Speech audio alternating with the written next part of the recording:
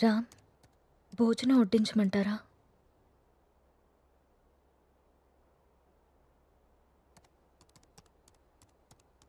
ఊరెళ్ళిన పని ఏమైంది రామ్?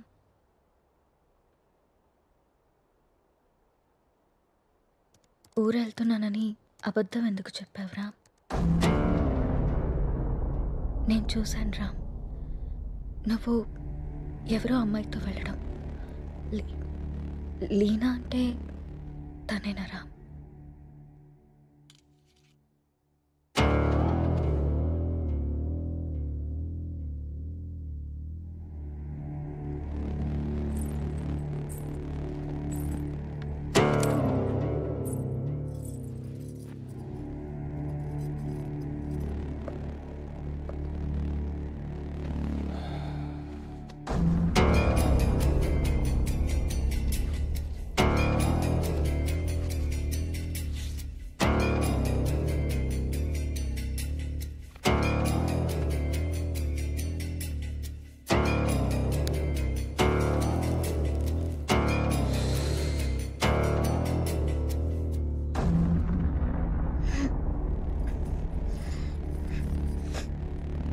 ఇబ్బందిగా ఉందా?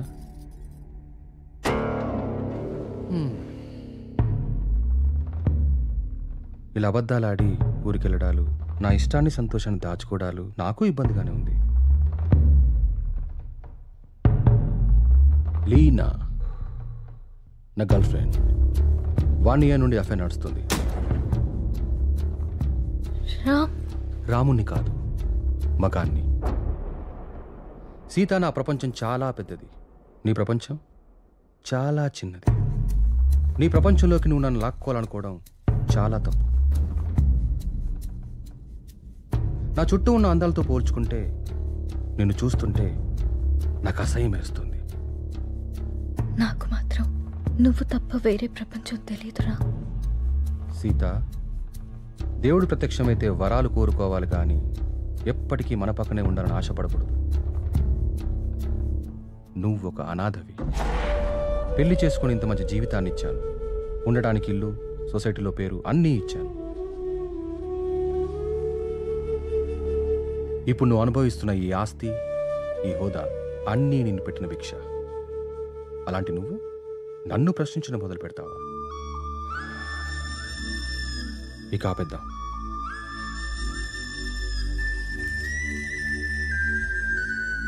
మనం విడిపోదాం. అలా మాట్లాడుకున్నాం ప్లీజ్.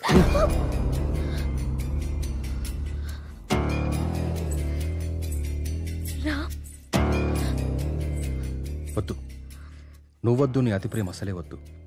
నా ఆనందానికి హద్దులు గీసేది నాకు అసలు ఏదీ వద్దు. బాగా ఆలోచించ సీత. చేసుకున్న పాపానికి నీకు ఆప్షన్ ఇస్తా. ఈ ఇల్లు మొత్తం నీకే వదిలేసి నేనే బయటికి వెళ్ళిపోతా. నెల నెల ఖర్చులకు డబ్బులు కూడా పంపిస్తా. నా కూతుర్ని నాకు వదిలేసి రామ్ మాజీ భార్యగా హ్యాపీగా బ్రతికే.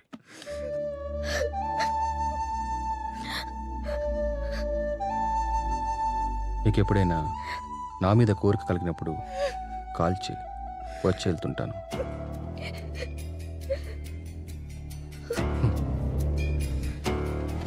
నువ్వెక్కడాగవో తెలిసింది సీత.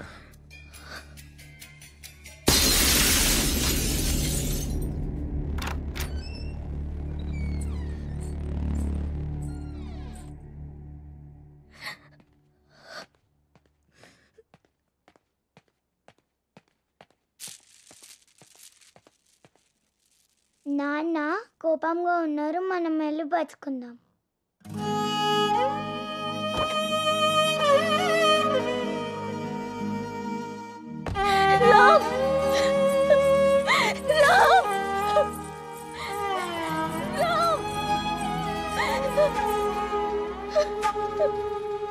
ఒక్కటి మాత్రం నిజం, నువ్వు లేకుంటే చస్తానను, కానీ నీ చచ్చేదాకా నీ తోడుంటాను. It's my promise.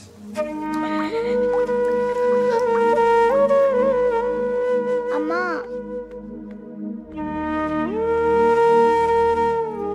అమ్మా,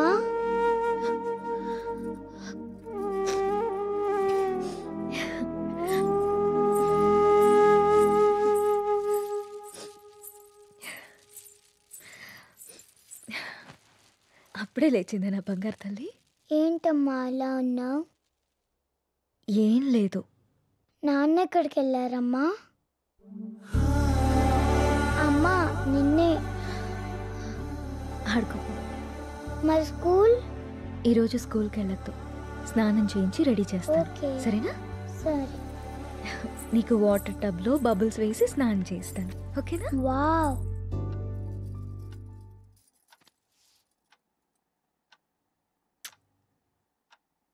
ఈ డ్రెస్ ఎందుకు వేసావమ్మా?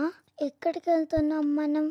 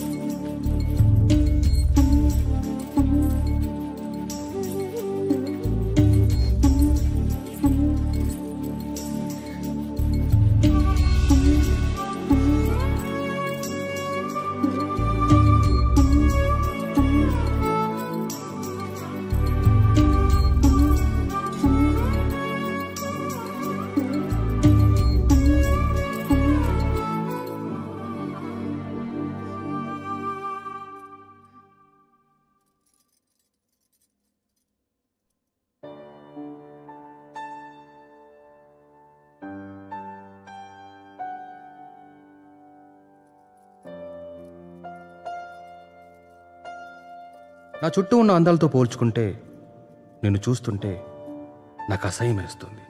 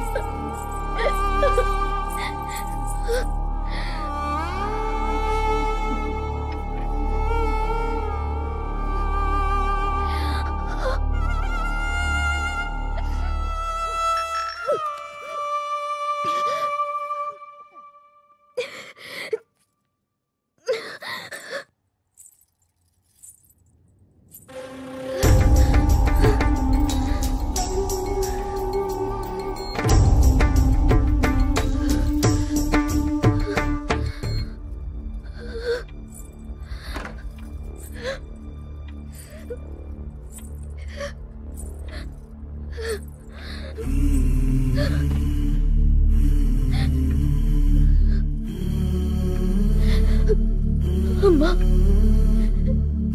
నిన్ను మళ్ళీ చంపేసుకున్నానమ్మా. నన్ను క్షమించు.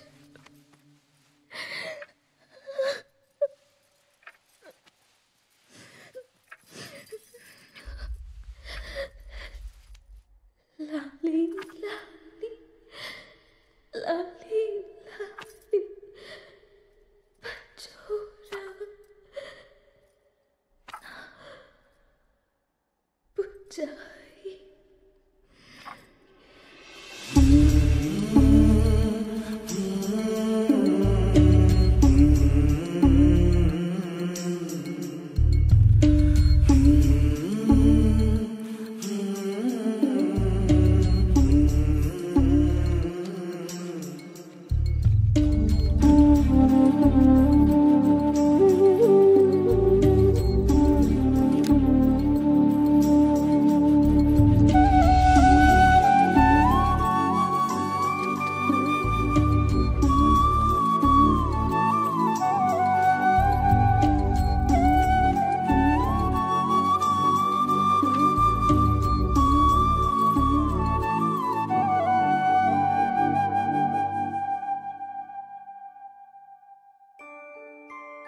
అంజలి గీతిక ఇద్దరు చాలా క్లోజ్ ఫ్రెండ్స్.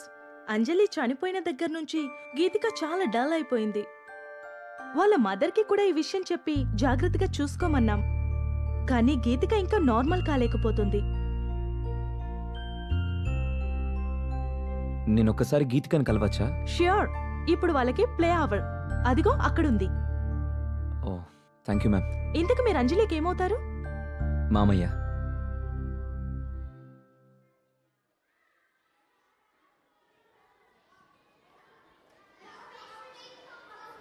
హాయ్.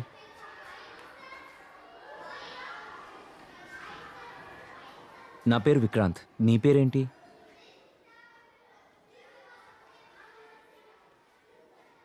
నాకు తెలుసు, నీ పేరు గీతిక.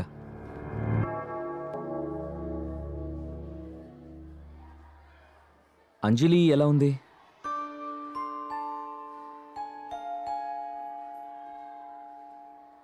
ఐస్ క్రీమ్ తిందమ్మా. నీకు అంజలికి ఇష్టమైన ఫ్లేవర్ స్ట్రాబెర్రీ ఫ్లేవర్. తిందమ్మా ఐస్ క్రీమ్.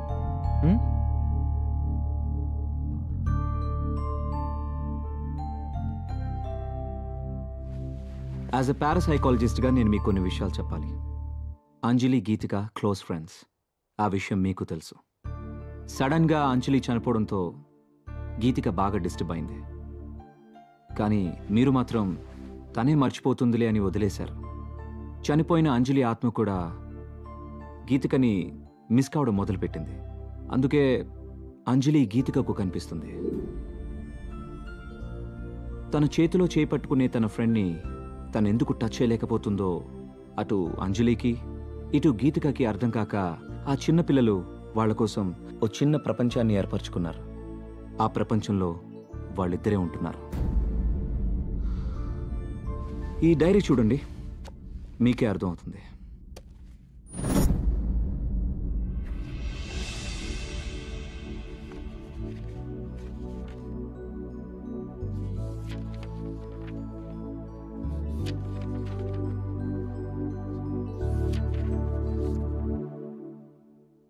ఇంకా ఉంది, 4 పేజీల తర్వాత చూడండి.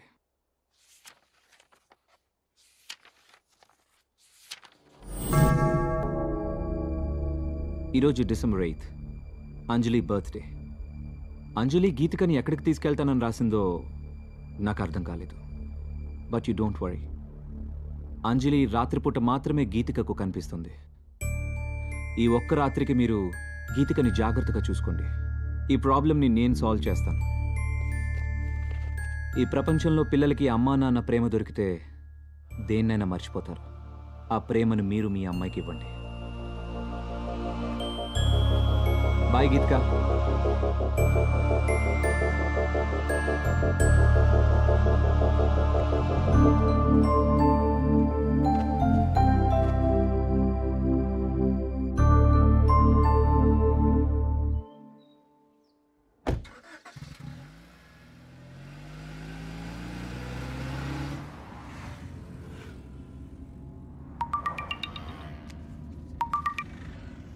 హలో. హాయ్ విక్కీ, ఈరోజు హై లైఫ్లో పార్టీ ఉంది. నైట్ రామ్ అక్కడికి వస్తున్నాడు. నువ్వు కూడా వచ్చాయి. నీకోసం వెయిట్ చేస్తూ ఉంటాను. Okay, I'll be there.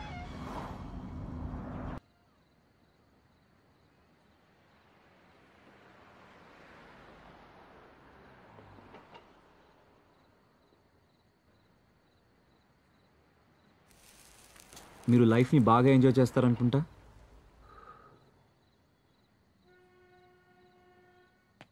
విషయం ఏంటో చెప్పు. ఎవరు నువ్వు? అసలు నన్నెందుకు ఫాలో అవుతున్నావు? నా పేరు విక్రాంత్. 3 months బ్యాక్ మీరు అమ్మిన ఆ విల్లాని నేనే కొన్నాను. విల్లాకు సంబంధించి నీకేనా ప్రాబ్లం ఉంటే వెళ్ళి ఏజెంట్తో మాట్లాడుకో. నా ప్రాబ్లం విల్లా కాదు సార్, మీరు. వాట్? నేనా? 3 months బ్యాక్ ఆ ఇంట్లో ఏం జరిగిందో తెలుసుకోవాలని వచ్చాను. అది నీకు అవసరం లేని విషయం. మిమ్మల్ని చూస్తుంటే నాకు చాలా ఆశ్చర్యంగా ఉంది సార్. 2 నిండు ప్రాణాలు పోవడానికి కారణమైన మీరు ఏ తప్పు చేయని వాడిలా ఇంత ప్రశాంతంగా ఎలా ఉంటున్నారో నాకు అర్థం కావట్లేదు. నా భార్య కూతురు సూసైడ్కి నేనే కారణమని ఊరంతా ఎలా అనుకుంటున్నారో నువ్వు అలాగే అనుకుంటున్నావు కాబట్టి నాకు ఆశ్చర్యం లేదు. నేను తప్పు చేయలేదని నాకు తెలుసు. అందుకే ప్రశాంతంగా సార్, మిమ్మల్ని బాధ పెట్టాలనో మీరు తప్పు చేశారని నిందించడానికో నేను మీ దగ్గరికి రాలేదు.